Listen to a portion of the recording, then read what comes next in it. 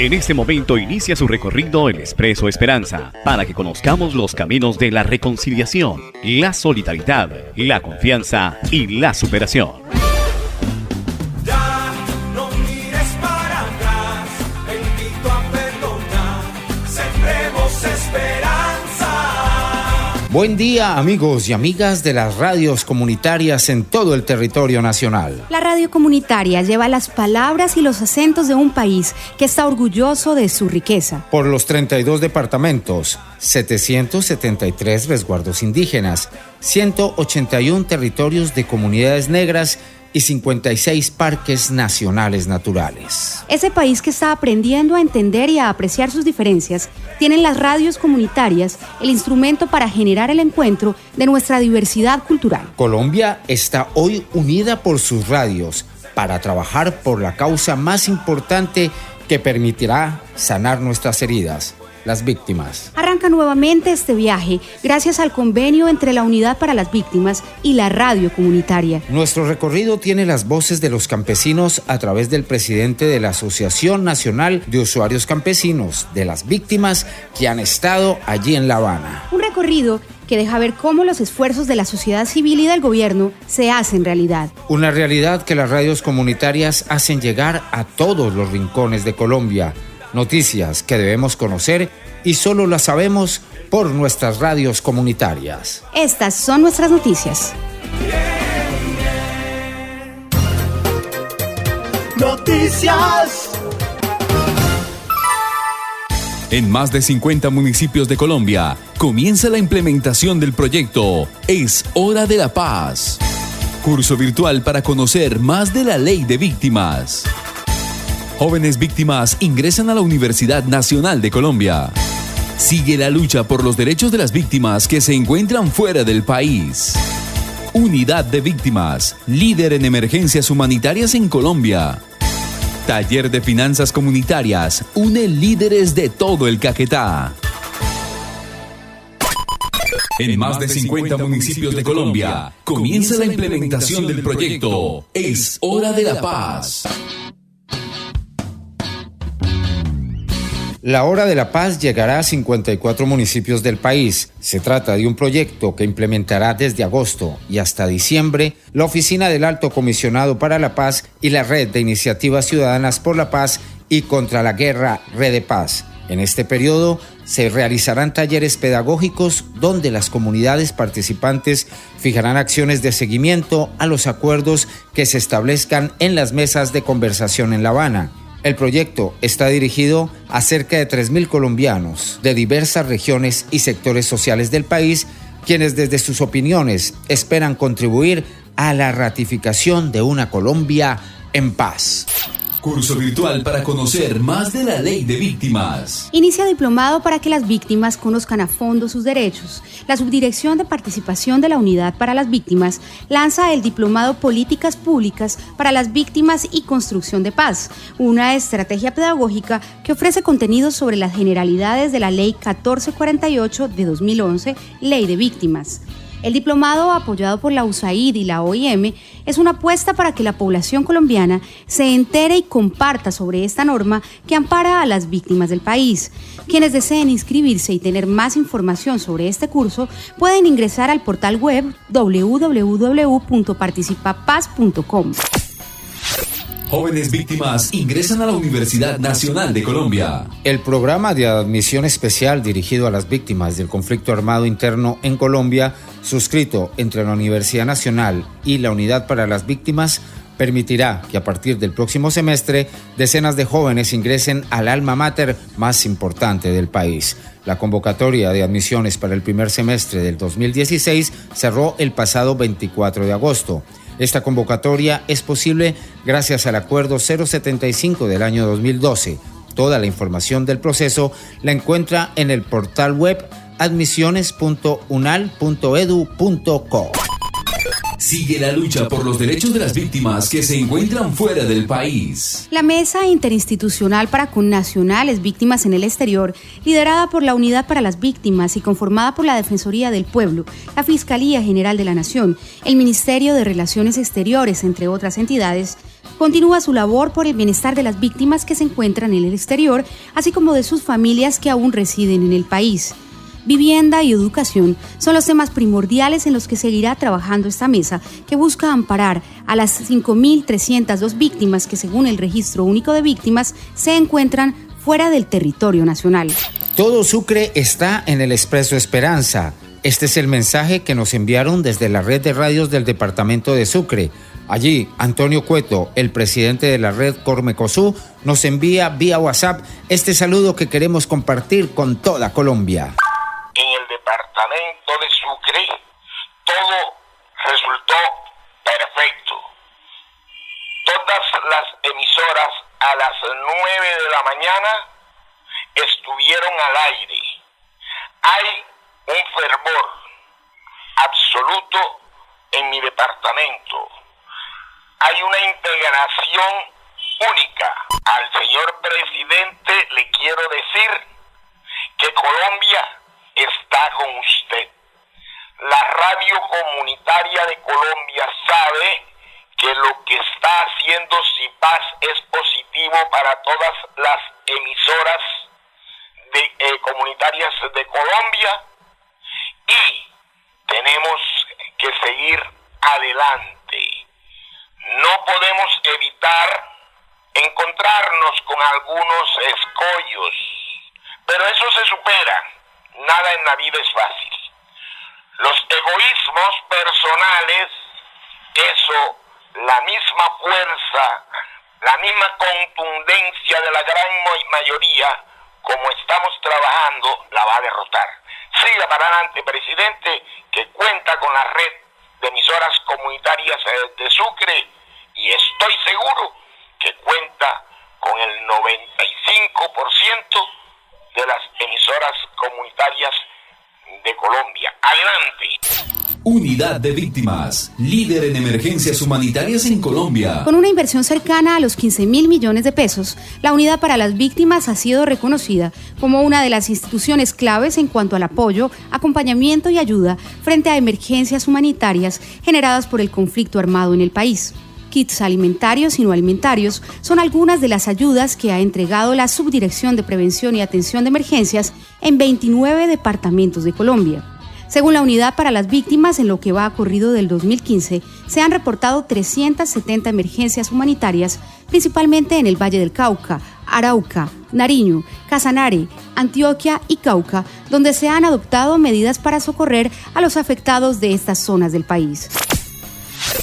Taller de Finanzas Comunitarias une líderes de todo el Caquetá. Los líderes comunitarios interesados en la búsqueda de aprendizajes para fortalecer las finanzas comunitarias en la agricultura familiar campesina, indígena y afrodescendiente se dieron cita en Florencia, Caquetá, durante 2 días para realizar el seminario taller en el que dialogaron y analizaron los logros y dificultades de la organización, gestión y administración de los fondos locales autogestionados y del Fondo Federado, evento realizado en gestión asociada por la Federación Agrosolidaria Caquetá, Uniamazonía, Red Caquetá Paz, Asosemillas, Agrosolidaria Confederación, ICA Colombia, CIDI, Suizai, ICO y Trías. Ya es tiempo de cambiar, podemos comenzar, sembremos esperanza. Estas son algunas de las noticias de quienes construyen paz y reconciliación. Noticias que se abren camino por entre montañas y selvas para decirnos: hay un país que hasta ahora no tenía cómo ser escuchado. Ese país del que no suelen hablar los medios comerciales está en las veredas y en los barrios, en las fincas y en los apartamentos de las grandes ciudades. Hasta el apartamento de Marta Amorocho llegó nuestro director Mauricio Beltrán para conversar con una mujer que hace parte de los líderes que dedican su vida a promover el compromiso personal como camino a la reconciliación.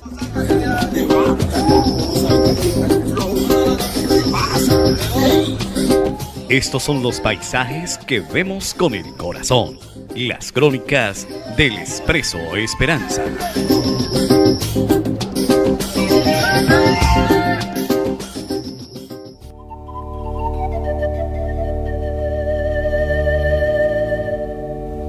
el ruido seco que retumbó en todos los rincones del edificio.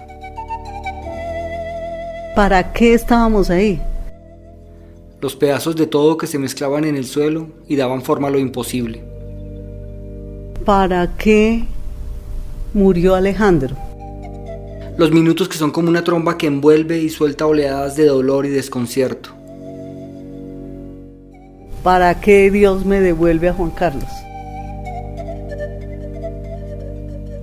Las horas, los días, las ausencias para volver a empezar, para entender. Ese para qué es nuestro país. Es Marta Amorocho, una de las víctimas de la explosión causada en el Club El Nogal. Su historia giró de manera tan brusca como la de esos millones de colombianos que un día pensaron no poder seguir. Pero su corazón de madre, de mujer, de colombiana, la mantuvo en su puesto. Cuando sucede el evento, que no es contra nosotros, sí, porque simplemente llegamos ahí sin pensar que íbamos a estar, y no escogieron a Gonzalo, a Patricia, a Azucena, sino simplemente era un sitio. Marta Amorocho forma parte de la tercera delegación de víctimas que habló cara a cara con los negociadores de las FARC y del gobierno en La Habana. Viajó con el único propósito de trabajar por el país. No iba a preguntar por su tragedia, iba a indagar por la tragedia de todos, pero sobre todo a recordarnos que lo que pase allí será tarea de todos. La Habana no es un showroom de poderes. Allá no es un estrado, allá no hay un juicio, es un espacio para que las víctimas cuenten su parte. El proceso de paz es algo que se necesita en este país. Yo dije justamente en La Habana que el problema son las víctimas pasivas. Alejandro Ujueta Amorocho, que murió cuando los 200 kilos de explosivos C4 reventó en 1000 pedazos el Club del Nogal, es una razón para la lucha de Marta. Pero ella considera que es necesario pensar en los 48 millones de colombianos, un trabajo generoso de mujer y de madre, que habla, siente y trabaja para que algún día los padres en Colombia no tengan que despedir a los hijos. Así es esta diseñadora de interiores que piensa más en el interior de los seres humanos. Me he encontrado con mucha gente que no le ha pasado nada y que dice que ¿por qué perdono? El perdón simplemente me libera a mí, me permite cambiar la historia y es lo que necesitamos. Entonces, del perdón nadie habla, a mí no me obligan a perdonar.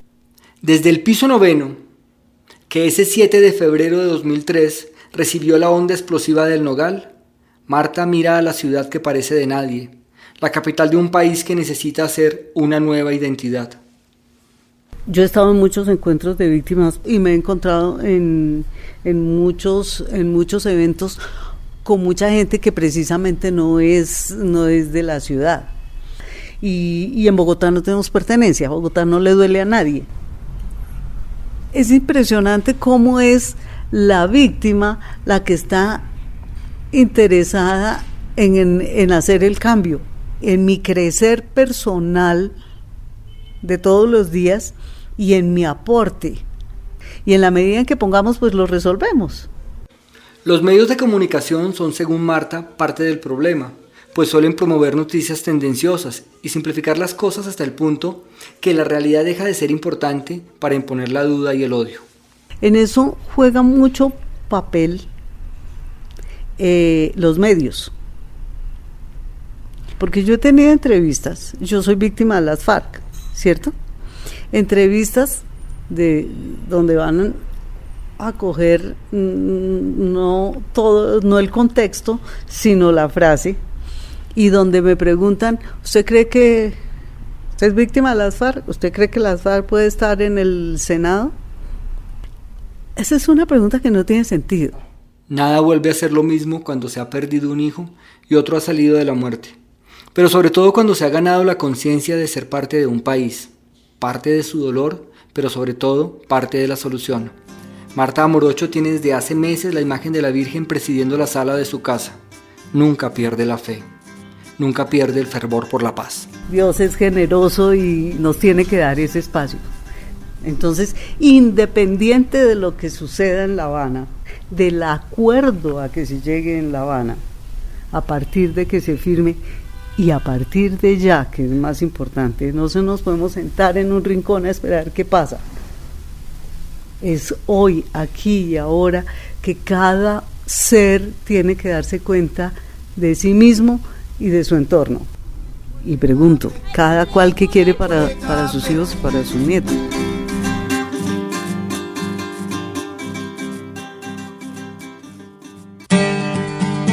Así escuchamos a Marta Morocho, líder de Nuestra Reconciliación. Una mujer que nos enseña que querer a Colombia es trabajar todos los días por ella. Son millones de hombres y mujeres que se levantan con la primera luz para darle forma a la esperanza. Entre ellos, los campesinos que siguen trabajando, a pesar de que apenas 1 de cada 10 recibe apoyo para su labor. Claro, este es uno de los datos del censo agropecuario.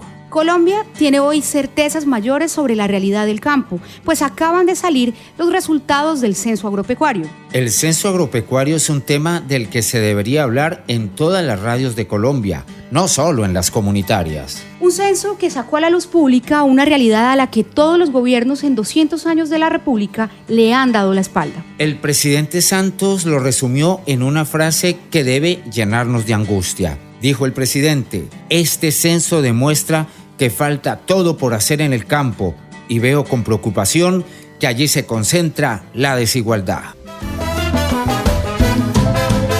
Como el conductor en la carretera.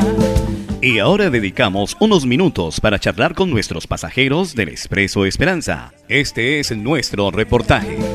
Aferrado al sol antes que anochezca.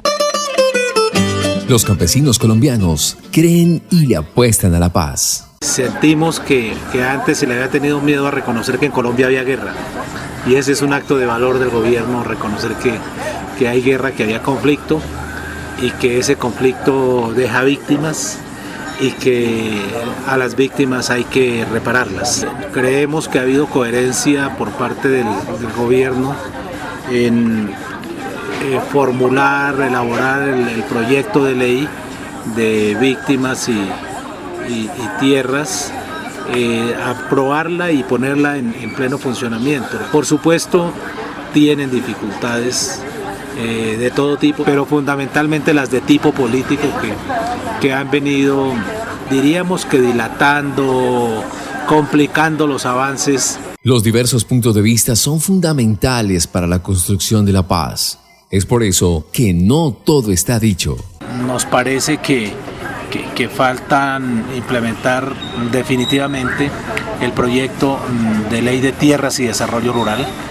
Se ha comprometido el presidente de la República en el acto de instalación del Congreso el pasado 20 de julio y lo ha repetido la semana anterior, a presentar ese proyecto de ley de tierras y desarrollo rural, de desarrollo agrario integral, conforme lo establece también el punto 1 del Acuerdo de La Habana, pero advertimos también que es necesario que ese proyecto, antes de radicarlo al Congreso de la República, se socialice por parte del gobierno con las organizaciones campesinas.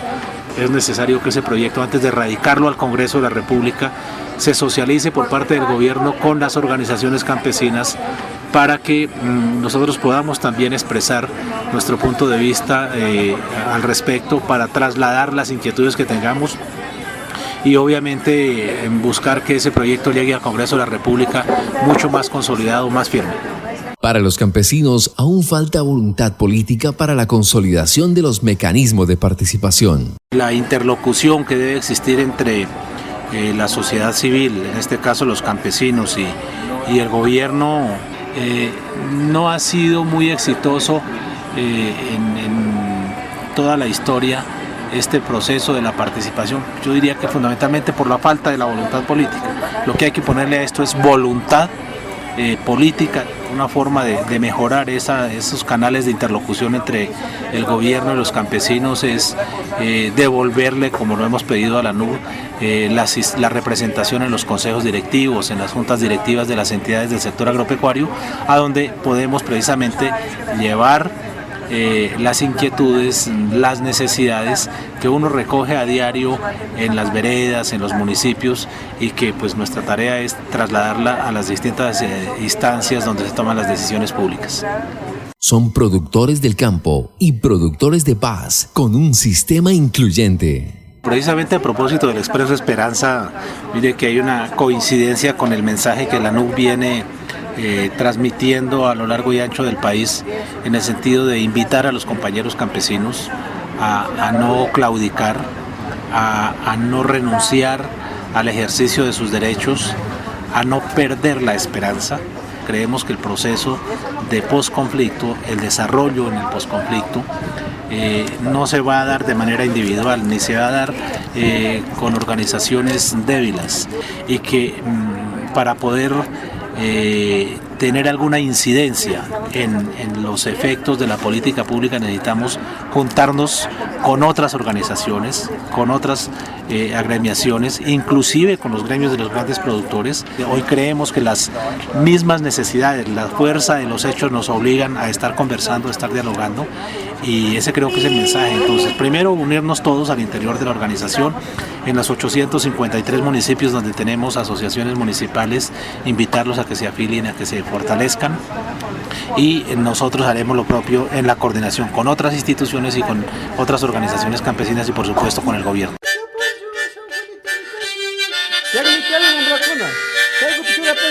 Gracias a Luis Alejandro Jiménez, gracias a los millones de campesinos que cultivan nuestro alimento. Sí, María Elvira, y que cultivan esta terquedad con la cual los colombianos seguimos adelante aún en medio de los momentos más difíciles. Momentos como los que han padecido miles de familias cuyos hijos han sido llevados por los grupos ilegales. Sobre este tema hablamos con Caterina Herrera, coordinadora de Niñez y Juventud de la Unidad.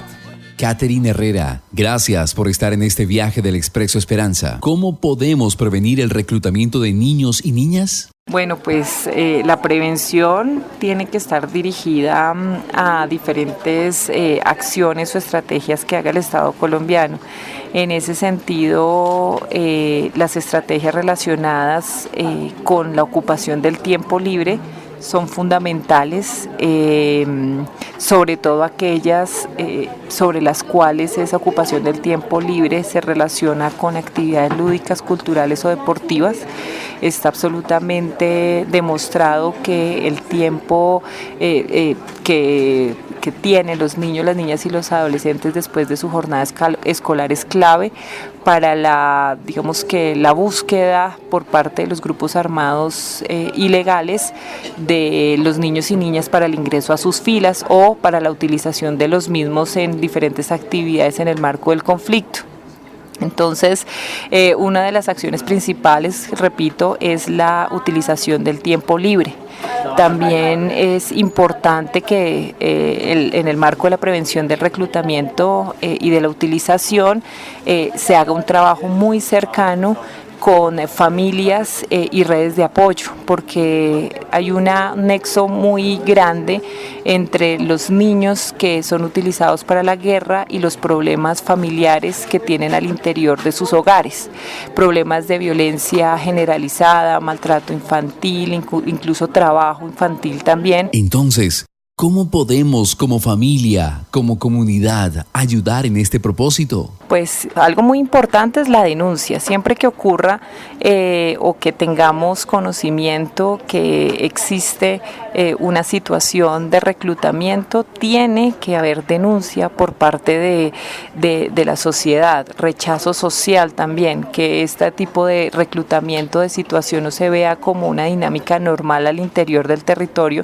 sino que tiene que existir ese rechazo social, pero además la denuncia para iniciar las investigaciones necesarias. comunitarias.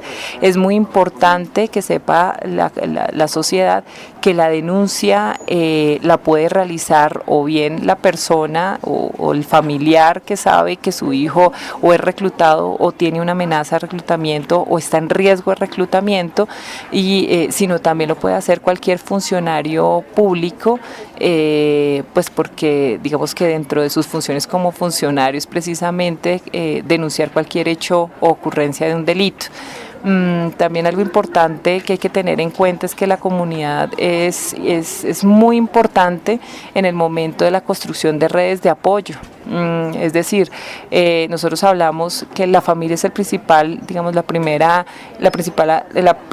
y principal red de apoyo del niño o de la niña, pero la comunidad también juega un papel importante. Este no es un problema que digamos que le ocurre y que le afecte solamente a una familia. Cuando ocurre el reclutamiento forzado, no ocurre solamente contra un niño o una niña, normalmente siempre va acompañado de más reclutamientos, y eso hace que obviamente se rompa el tejido social y se rompa la dinámica propia, cultural y social que tiene esa comunidad. Por lo tanto, es importante que todos sepan la importancia que es denunciar, generar rechazo, pero también generar acciones destinadas a apoyar a los niños y a las niñas, y sobre todo en darles el lugar que corresponde.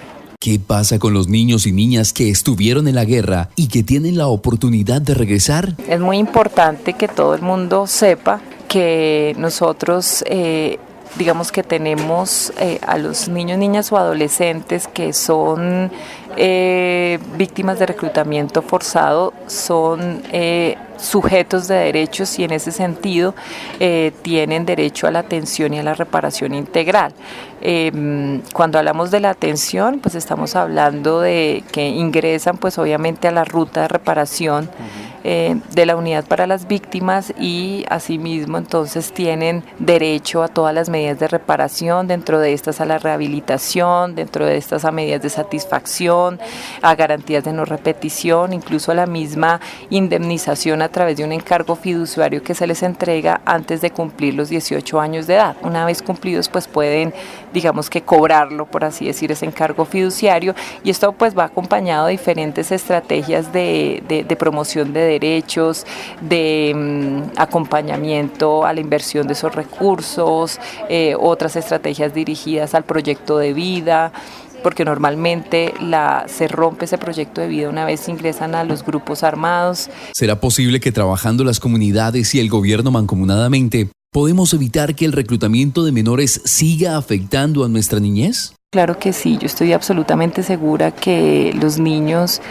pueden tener un futuro mejor. El hecho de que estemos en un proceso de paz es fundamental para que los efectos de la guerra terminen de una vez por todas con el sufrimiento de niños y niñas, y sobre todo en que puedan reconstruir sus vidas, puedan volver a sus hogares y puedan tener y reconstruir su proyecto de vida.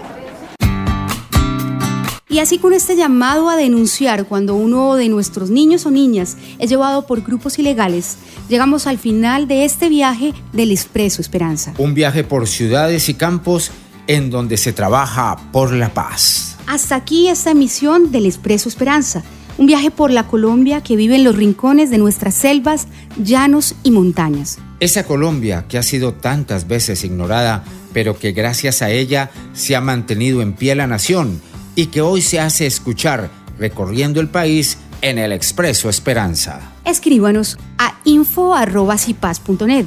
Comuníquese con www.cipaz.net.